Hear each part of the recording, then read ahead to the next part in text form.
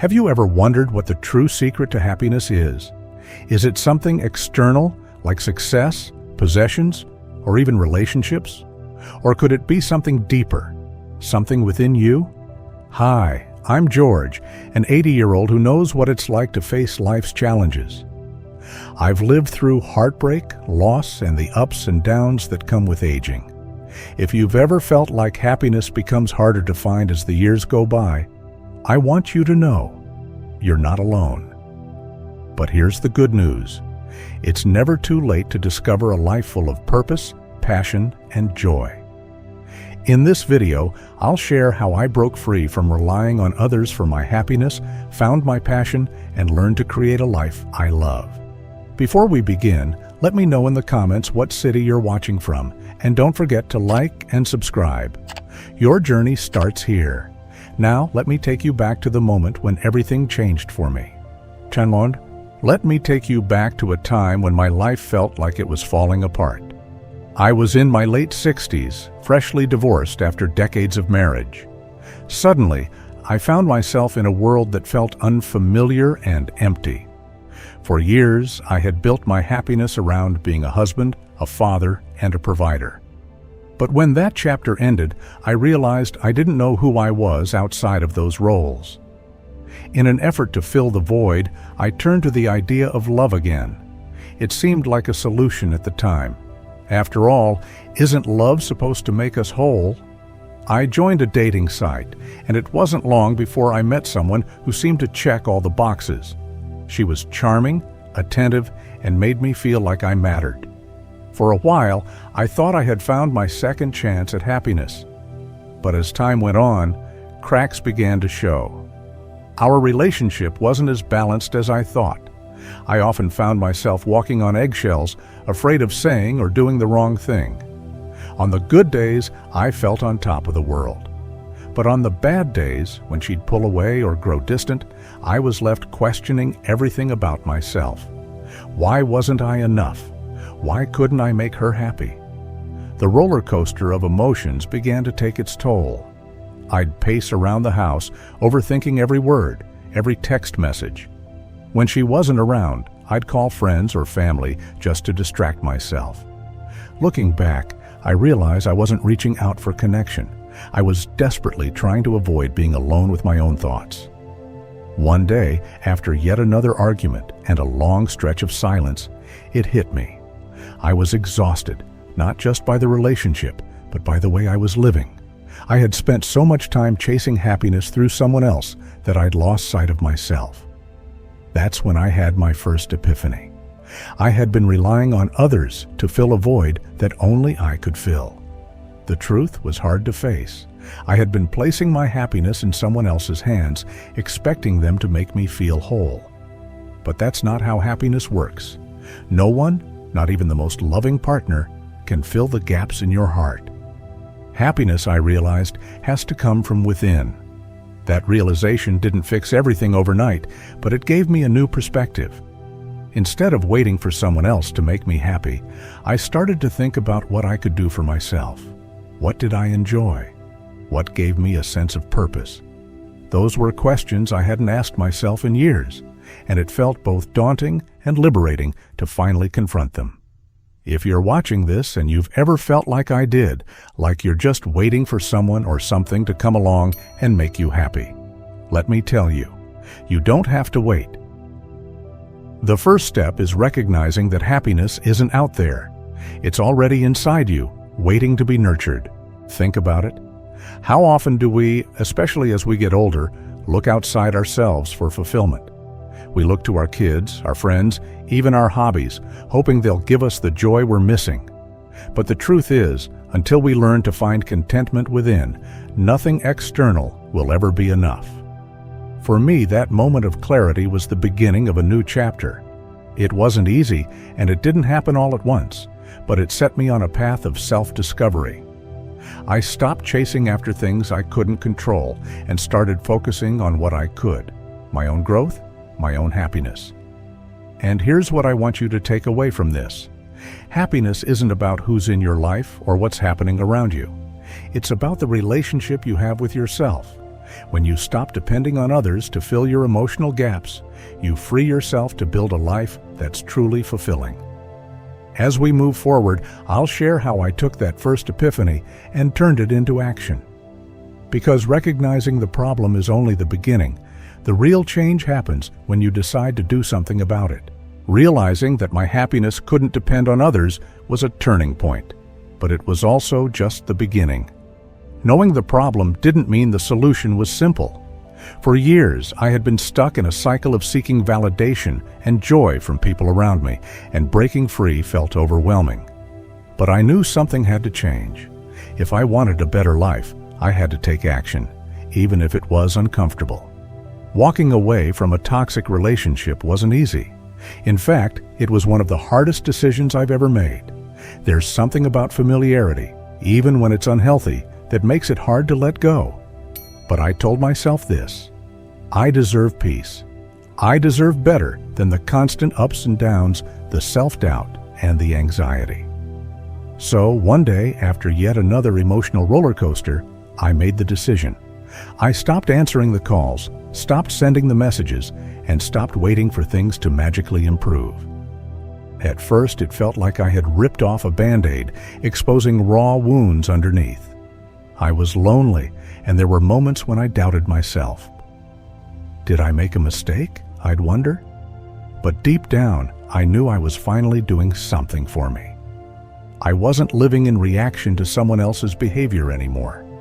Once I had created space in my life, the real work began. I realized that I had spent so much time focusing on someone else's needs that I didn't even know what I needed. That was a scary thought.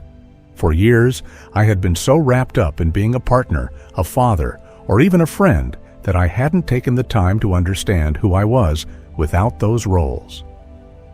I knew I needed to rebuild my life, but I had no idea where to start.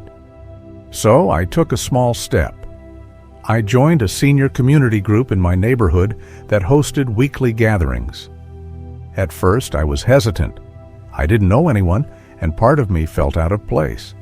But I kept reminding myself that nothing would change if I stayed in my comfort zone. The first few visits were quiet. I mostly sat and listened, trying to soak in the conversations and the energy of the room. But over time, I started to open up. I shared bits and pieces of my story, and to my surprise, I wasn't judged or dismissed. Instead, I was met with understanding.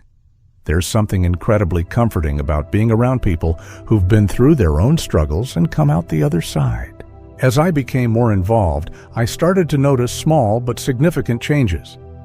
My weekly card games with the group weren't just about playing cards, they were about connection, laughter, and building new friendships. I even tried chair yoga, which was way outside my comfort zone. I'll admit, I felt a little silly at first, but it turned out to be one of the most relaxing and enjoyable things I'd done in years. Beyond the group, I began exploring hobbies I'd always been curious about, but never had the time or courage to try. I dusted off my old sketchbook and started drawing again. I signed up for a local painting class where I met people who shared my interests. These activities didn't just fill my time, they gave me a sense of purpose and joy that I hadn't felt in years. Looking back, I see how important it was to take that first step. It wasn't about making huge, dramatic changes overnight. It was about doing one small thing that pushed me forward, even if it felt uncomfortable at first. And that's the advice I'd give to anyone who's feeling stuck. Take that first small step. It's not easy, but it's the most important one. For me, that step was showing up to the senior group, even when I felt out of place. For you, it might be something entirely different. Maybe it's joining a walking club, signing up for a class, or even just calling an old friend you've lost touch with. Whatever it is, do it for yourself. What I learned through this process is that change doesn't happen in your comfort zone. Growth starts when you're willing to challenge yourself, to step into the unknown, and to embrace the discomfort that comes with trying something new. It's not always easy, and there will be moments when you want to retreat. But each time you push forward, you'll discover a little more about who you are and what makes you happy. As I began to build these new habits and connections, I realized something else. The cycle I had been trapped in wasn't just about relationships. It was about my mindset. I had spent so many years waiting for happiness to come from someone or something else, when all along it was within my reach. I just had to change the way I looked at my life. Now, when I look back on that time, I'm proud of myself for taking those steps, even when they felt small or insignificant.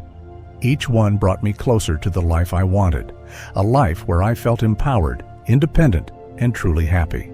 And if I can do it, you can too. In the next section, I'll share how I discovered my passion and how it became a guiding light in my journey to happiness. But for now, remember this. Change starts with a single step. Take it, and you'll be amazed at where it can lead. Taking that first step toward change opened up a whole new world for me. I was no longer stuck in the same cycle of waiting for happiness to arrive through someone else. But even as I began to rebuild my life, I realized there was still something missing, a deeper sense of purpose. It wasn't enough to simply pass the time. I wanted to feel alive, to wake up each morning with something to look forward to. I'll admit, finding my passion didn't happen overnight. It started as an exploration, almost like being a kid again and trying out different activities to see what felt right. One day, while browsing YouTube, I stumbled across a video about budgeting techniques. At first, I thought it was odd.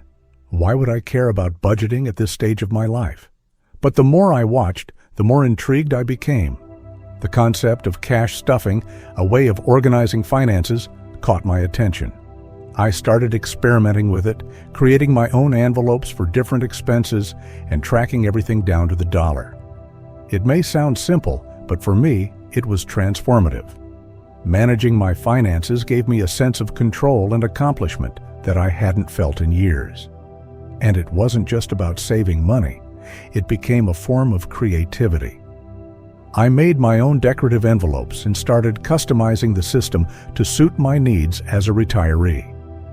At the same time, I found myself drawn to other activities I'd once enjoyed but had neglected over the years.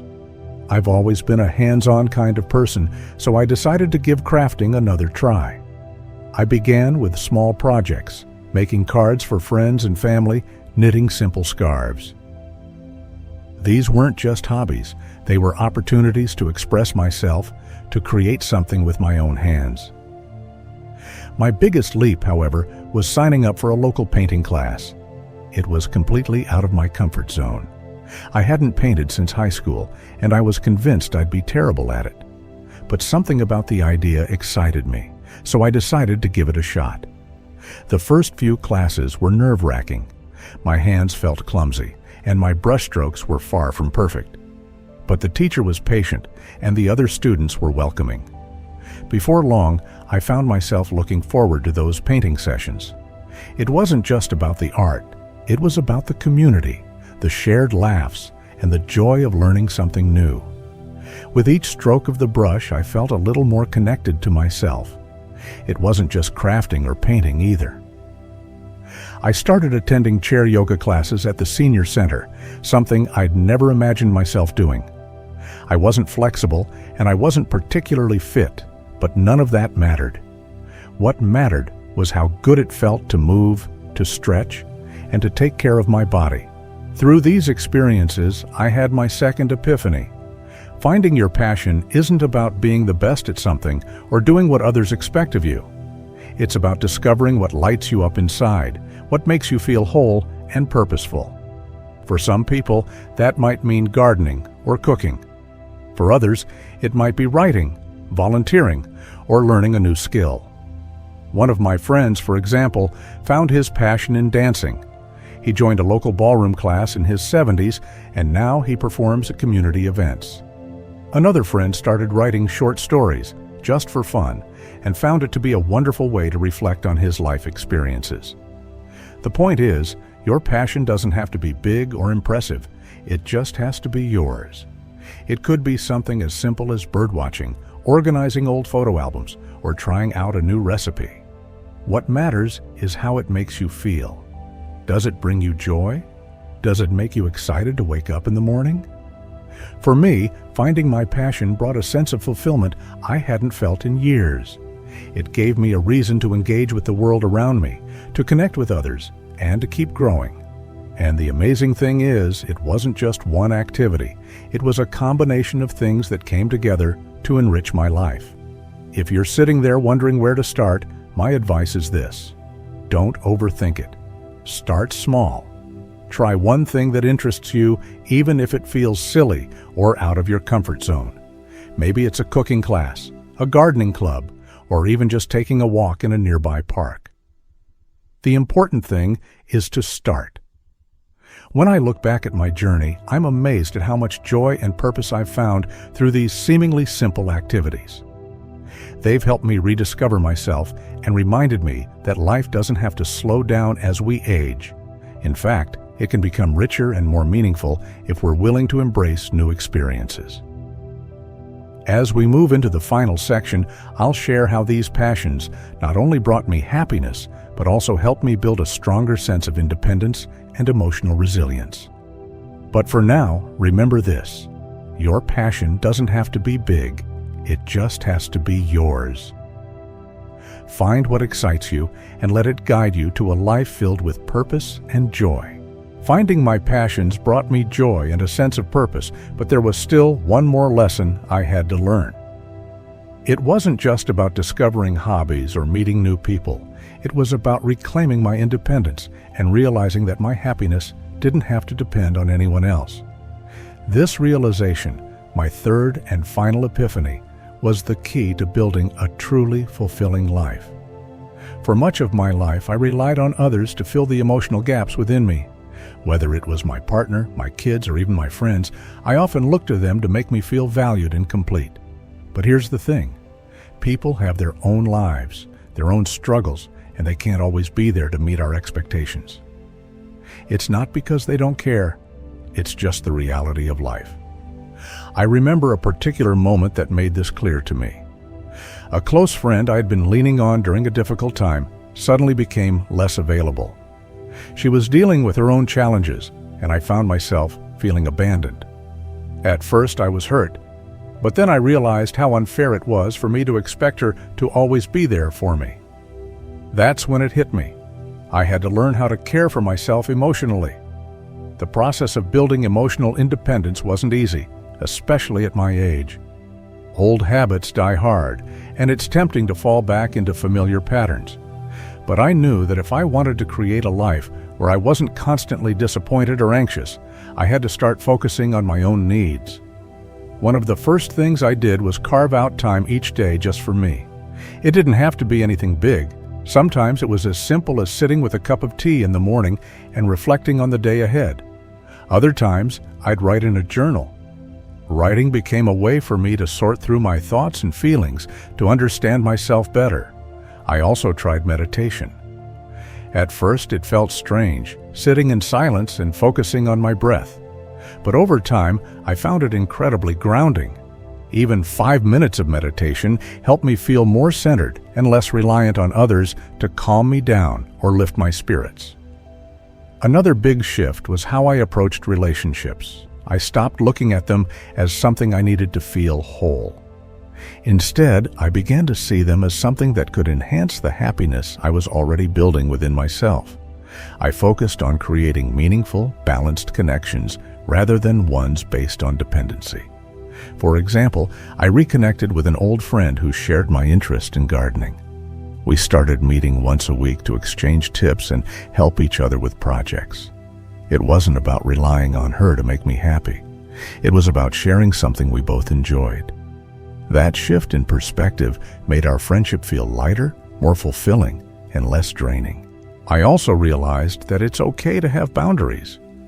In the past, I often felt guilty saying no to people, worried that it would make me seem selfish or unkind. But I learned that taking care of my emotional well-being sometimes meant prioritizing my own needs. Whether it was declining an invitation to an event I didn't feel up to, or stepping back from a conversation that felt too heavy, setting boundaries became an important part of maintaining my independence. Through these changes, I discovered a strength I didn't know I had. Emotional independence isn't about shutting people out or refusing help when you need it. It's about knowing that you are enough, that you have the ability to take care of yourself, and that your happiness doesn't have to hinge on someone else's mood or actions. I've seen so many people my age struggle with this, especially after major life changes like retirement or the loss of a spouse. It's easy to feel adrift, to think that your best days are behind you. But let me tell you, they're not.